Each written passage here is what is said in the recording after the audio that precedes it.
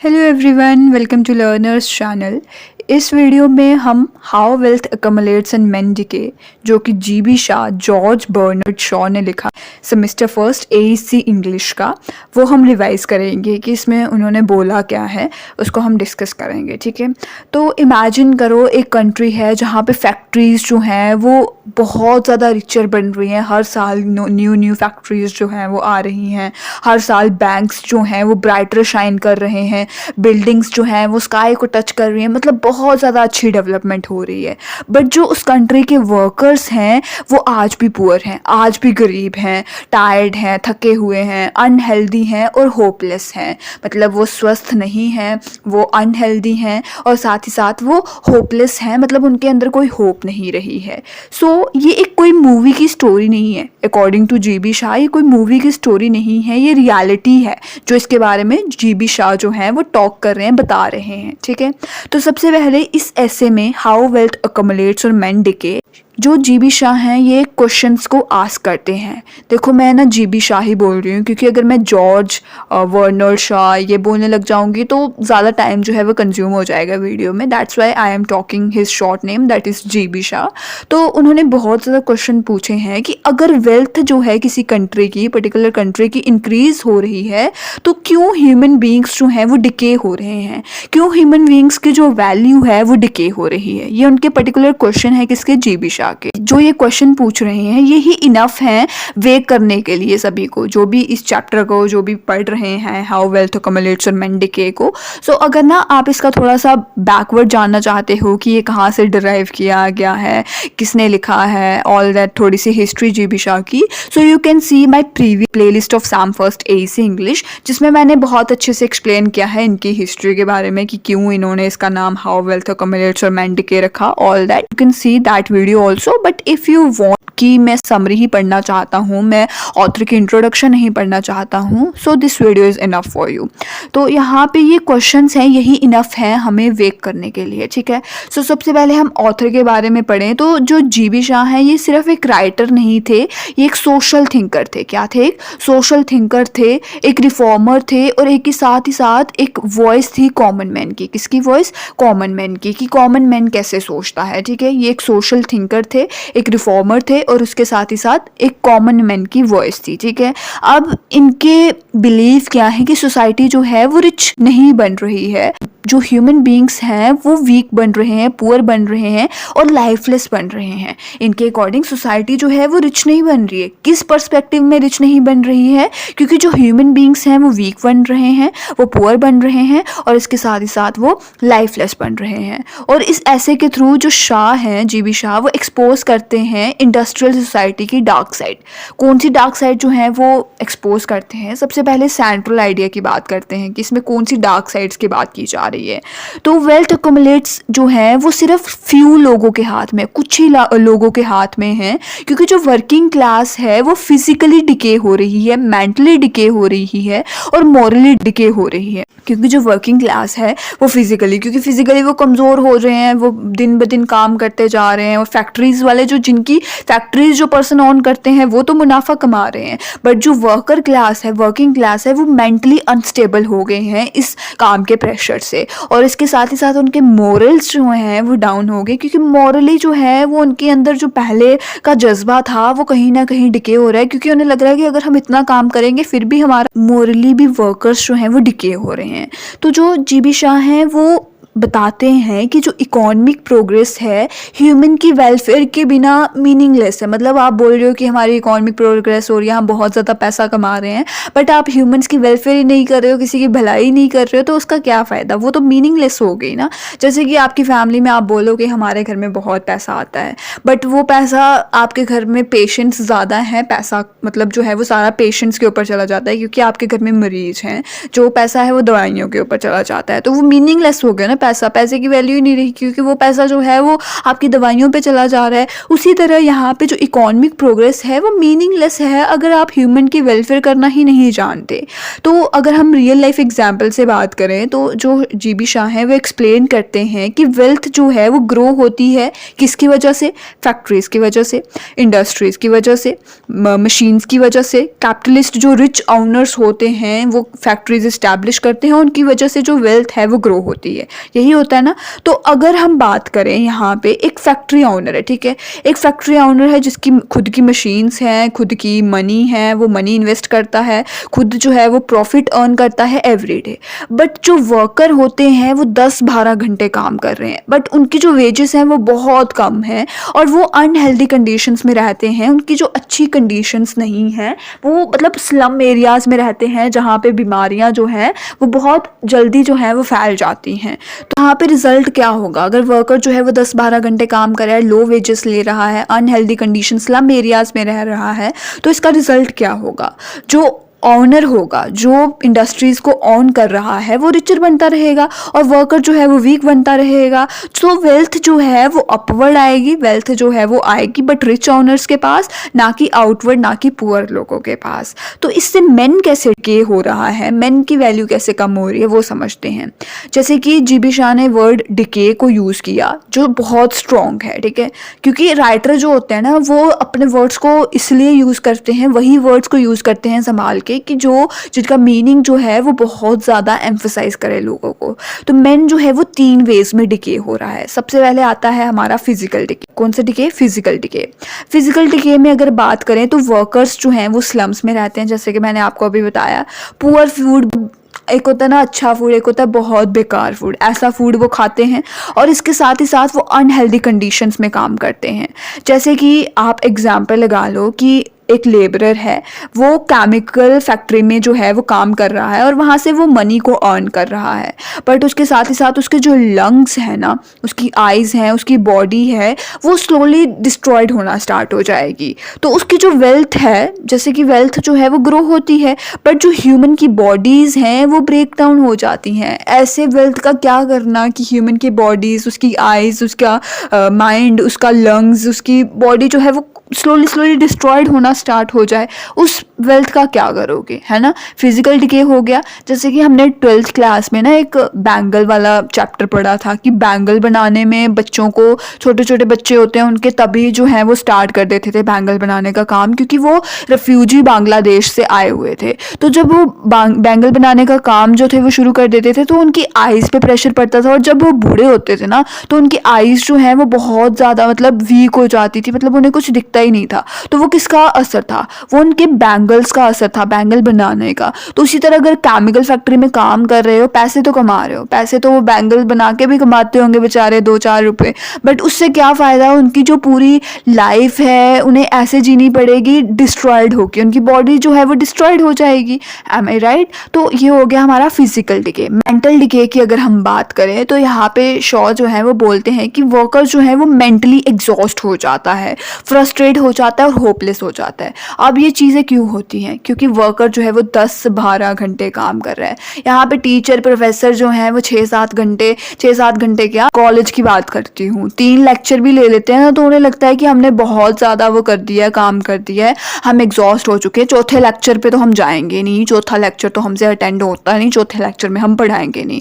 But एक worker जो है वो 10-12 घंटे जो है वो काम कर रहा है, उसकी हालत देखो, उसको पैसा भी बहुत कम मिलता है। टीचर्स प्रोफेसर की सैलरी तो 80,000-90,000 होती है पर मंथ, बट उनकी सैलरी का क्या, वो जितना काम करेंगे एक दिन का उसके हिसाब से उनको सैलरी मिलेगी। तो वो मेंटली जो है वो एग्जॉस्ट हो जाते हैं कि हम इतना काम करते हैं, 10-12 घंटे अपने दिन का देते हैं, बट एट लास्ट हमारी सैलरी है ही नहीं, मतलब कम से भी कम है। फ्रस्ट्रेटेड हो जाते हैं, होपलेस हो जाते हैं कि हमारा कुछ बनेगा भी। So that's is mental decay. Mentally भी वो फ्रस्ट्रेट हो जाते हैं। जैसे कि एक पर्सन है, वो सेम मैकेनिकल जॉब जो है वो हर रोज कर रहा है, उसके पास सोचने के लिए टाइम ही नहीं है, उसके पास ड्रीम के लिए, मेंटली ग्रो होने के लिए टाइम ही नहीं है। देखो बाकी जॉब्स होती हैं, जैसे कि टीचर की लगा लो, मैं ज़्यादातर टीचर, क्योंकि मेरे सामने होता है ना प्रोफेसर, तो मुझे मतलब उनको ही देखने का वो होता है कि लाइक इनका लाइफ सेट कैसा होगा, होगा, तो उनका अगर हम देखें तो उनका ड्रीम, उनकी मेंटली जो स्टेबिलिटी है वो बहुत ज़्यादा अच्छी होती है। वो कॉलेज में पढ़ाते हैं, स्कूल में पढ़ाते हैं, उसके बाद घर में जाएंगे, अपने लिए थोड़ा सा टाइम निकालेंगे कि मुझे क्या करना है, ऑल दैट। सुबह भी वो 10 बजे के अराउंड आते हैं, 9 बजे के अराउंड, तो टाइम मिल जाता है। और छुट्टियां जैसे कि बच्चों को होती हैं, कोई भी फेस्टिवल होता है उस दिन भी छुट्टी होती है, बट जो वर्कर होते हैं उन बेचारों को कौन सी छुट्टी होती है? उनको कोई छुट्टी नहीं होती है, 10-12 घंटे रोज काम करना है, ठीक है। मशीन जो है वो इम्प्रूव हो रही है, ह्यूमन माइंड्स जो हैं वो श्रिंक कर रहे हैं, ठीक है। मशीन्स जो हैं वो क्या हो रही है, इम्प्रूव हो रही है, बट ह्यूमंस के जो माइंड हैं वो श्रिंक हो रहे हैं, उनकी वैल्यूज़ कम हो रही हैं, क्योंकि ह्यूमन के माइंड्स जो हैं वो उनके ऊपर मेंटली एग्जॉस्टेबल का साइन है, क्योंकि वो मेंटली एग्जॉस्ट हो रहे हैं। अब देखो, मेंटल डिके, 3 टाइप के डिके हमने बात की, फिजिकल, मेंटल। अब मोरल डिके की बात करते हैं। मोरल डिके में क्या है, पॉवर्टी और एक्सप्लॉयटेशन की वजह से क्राइम इंक्रीज होते हैं। क्राइम में लोगों को खाना जो है वो ज़्यादा ठीक लगता है एज़ कम्पेयर टू मेहनत की रोटी खाना, क्योंकि मेहनत की रोटी होती बहुत कम है, तो वो खाएंगे क्या। अल्कोहलिज्म स्प्रेड होता है, लोग शराब की तरफ ज़्यादा जाते हैं, और इसके साथ ही साथ फैमिलीज़ जो हैं वो ब्रेक हो जाती हैं, क्योंकि फैमिलीज़ टूट जाती हैं इन सब चीज़ों की वजह से।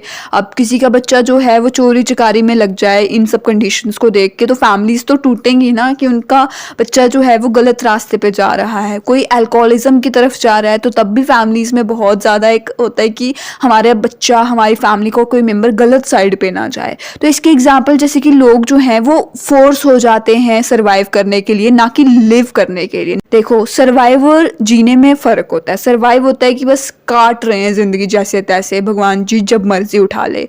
जीना हो गया कि हम मज़े से जी रहे हैं, अपनी लाइफ फुल सेटिस्फेक्शन में जी रहे हैं। ऑल्दो सेटिस्फेक्शन में कोई नहीं जीता, सबकी लाइफ में टेंशन होती है, बट कभी ना कभी ज़िंदगी जीने का मौका मिलता है। बट जो वर्कर होते हैं ना, वो सर्वाइव करते हैं, क्योंकि उनके पास जीने का चांस ही नहीं होता है। और मोरालिटी जो है वो एक लग्जरी बन जाती है, जो वो कभी अफोर्ड ही नहीं कर सकते।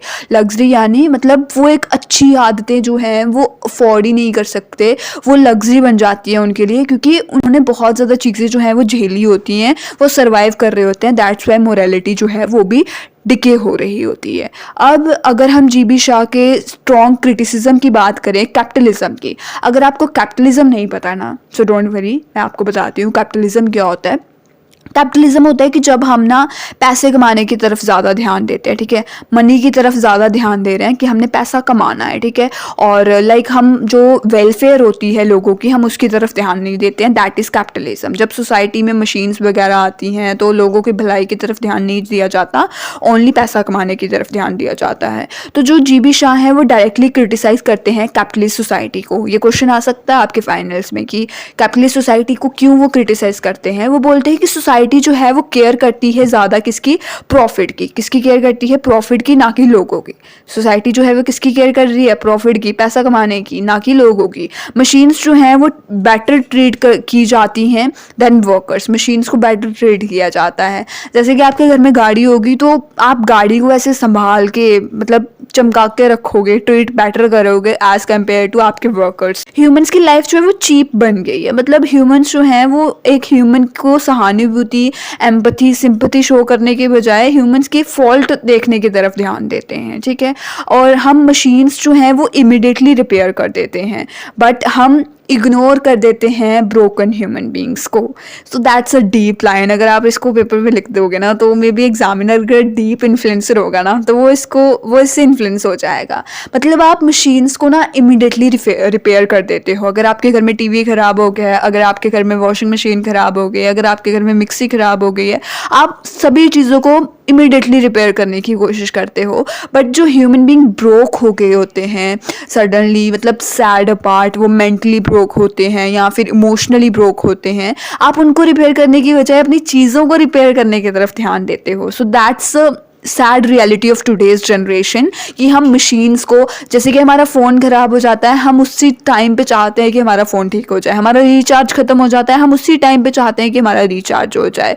बट अगर हमारे पास कोई ऐसा बंदा बैठा है कि जो ब्रोकन है, जो लग रहा है कि हमें कि ये किसी चीज़ से जूझ रहा है, बट स्टिल हम उससे पूछने की बजाय हम सोचते हैं कि हमें क्या है, हम क्यों पूछें, हम रहने देते हैं पूछना। So that is sad realities of today, कि हम मशीन्स को इमीडिएटली रिपेयर कर देते लेते हैं, बट हम जो ब्रोकन ह्यूमन बींग्स होते हैं इनको इग्नोर करते हैं। ठीक है, अब इसके बाद अगर क्वेश्चन पूछा जाए कि क्या प्रोग्रेस, आज की जो प्रोग्रेस है वो रियली प्रोग्रेस है भी है या नहीं है, जो जीबी शाह हैं ये चैलेंज करते हैं प्रोग्रेस के आइडिया को। ये पूछते हैं कि जो आज की सिटीज़ की प्रोग्रेस है, कि सिटीज़ जो है वो ग्रो हो रही हैं बट लोग जो है वो सफ़र हो रहे हैं, तो क्या हम इसको प्रोग्रेस में काउंट कर सकते हैं?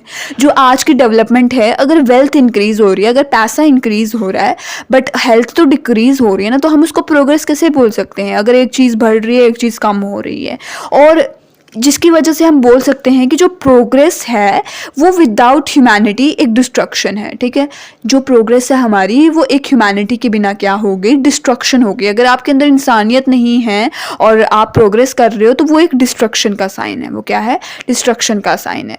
अब ऐसे के मैसेज की बात करें तो जो हमारे जीबी शाह हैं वेल्थ के अगेंस्ट नहीं है कि वेल्थ नहीं होनी चाहिए, बट ये अगेंस्ट है किसके? अनफेयर डिस्ट्रीब्यूशन ऑफ वेल्थ के, कि वेल्थ जो है वो अनफेयर डिस्ट्रीब्यूट हो रही है। जो रिच लोग हैं उनके पास और ज़्यादा वेल्थ आ रही है, और जो पुअर लोग हैं उनके पास जो है वो वेल्थ है ही नहीं है। वो सफ़र कर रहे हैं, वो सर्वाइव कर रहे हैं, वो ज़िंदगी जी नहीं रहे, वो सर्वाइव कर रहे हैं। और वेल्थ जो है वो ह्यूमन बींग्स को सर्व करती है और उनको डिस्ट्रॉय नहीं करती है। तो ऐसी वेल्थ क्या फ़ायदा जो आपको डिस्ट्रॉय कर रही है? और सोसाइटी को इंश्योर करना चाहिए इस चीज़ को कि अगर वर्कर्स काम कर रहे हैं तो उनको प्रॉपर वेजेस मिले, उनकी कंडीशंस हेल्दी लिविंग कंडीशन हो, और वो ह्यूमन डिग्निटी, ह्यूमंस की रिस्पेक्ट करें। ठीक है, ये हो गया हमारा मैसेज। अब मॉडर्न डे कनेक्शन की बात की जाए तो आज की बिग कंपनीज हैं वो करोड्स में अर्न करती हैं, करोड्स में मनी को अर्न करती हैं। वर्कर जो हैं वो स्टिल एक मिनिमम वेजेस के लिए स्ट्रगल करते हैं। तो ऐसी प्रोग्रेस का क्या बोल रहे हो कि प्रोग्रेस है? अगर आपकी कंपनी जो है वो करोड्स में अर्न कर रही है बट आपके वर्कर्स मिनिमम वेजेस के लिए तरस रहे हैं कि शायद काश हमारी इतनी वेज होती। यूथ जो है वो जॉब्स के पीछे भाग रहे हैं ना कि ड्रीम्स के पीछे। जो शाह का ऐसे है वो ओल्ड नहीं है, ये जो है वो आज की जनरेशन में भी अलाइव है, आज की जनरेशन में भी जिंदा है। अब कुछ लोग यहाँ पे, कुछ बच्चे जो हैं वो गलत समझ लेंगे कि जॉब्स के पीछे भागना है, ड्रीम्स के पीछे क्यों भागना है, सपने तो बहुत लोग देखते हैं।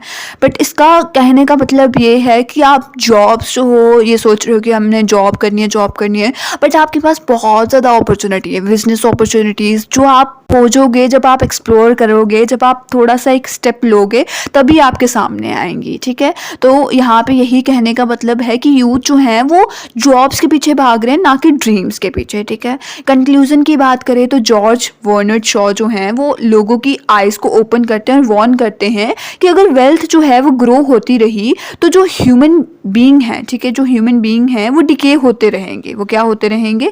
डिके होते रहेंगे, और सोसाइटी जो है वो एक दिन कोलैप्स हो जाएगी। तो ट्रू डेवलपमेंट क्या है कि रिच इकोनॉमी है बट वहाँ पे क्या है? हेल्दी, एजुकेटेड और रिस्पेक्टेड पीपल हैं। ठीक है, ये सारे पीपल जो हैं वो एक इकोनॉमी में हैं, तभी आपकी इकोनॉमी रिच इकोनॉमी कहलाएगी। तो अगर आप ह्यूमैनिटी नहीं है आपके अंदर, विदाउट ह्यूमैनिटी हो आप, तो आपके पास जो वेल्थ है ना वो सिर्फ एक नंबर होगी, मतलब वो सिर्फ काउंटिंग में होगा नंबर। और हाउ वेल्थ अक्यूमुलेट और मेंट डिके जो है वो एक पावरफुल सोशल क्रिटिसिज्म है, जिसमें जीबी शाह जो है वो एक्सपोज करते हैं कि जो इंडस्ट्रियल कैपिटलिज्म है, जो इनजस्टिस कर रहा है, जो पुअर वर्कर है उनको और पुअर बनाता जा रहा है, उनकी लाइफ को मिजरेबल बना रहा है, इस चीज़ को हाईलाइट करते हैं जीबी शाह, और हाईलाइट करते हैं कि ज़रूरत है किसकी? ह्यूमन सेंटर्ड डेवलपमेंट की। So that's was all about AAC English SAM First, How Wealth Accumulates and Men Decay. If you find this video helpful, you can subscribe our channel. Also, you can like this video and can share it with your friends who are studying AAC English in Jammu University. ऐसी ही revision video जो है वो मैंने good manners के लिए बनाई है, आप उसको भी चेकआउट कर सकते हैं। That was all about it. Thank you.